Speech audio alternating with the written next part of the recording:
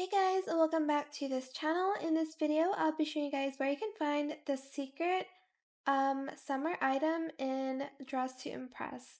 So it is the Pineapple Sunnies sunglasses. And to get them, wait, what's happening here?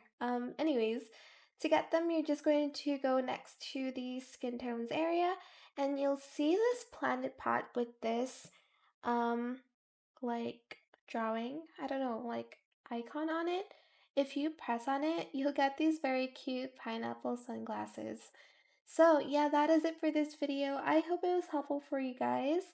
Don't forget to like, comment, share, and also subscribe to this channel if you haven't done that already. If you have any more questions about this video, just leave it in the comment section down below. I will try my best to answer them all for you guys. And if you found this video helpful, please click the thanks button as well. That is it. Thank you so much for watching. Bye.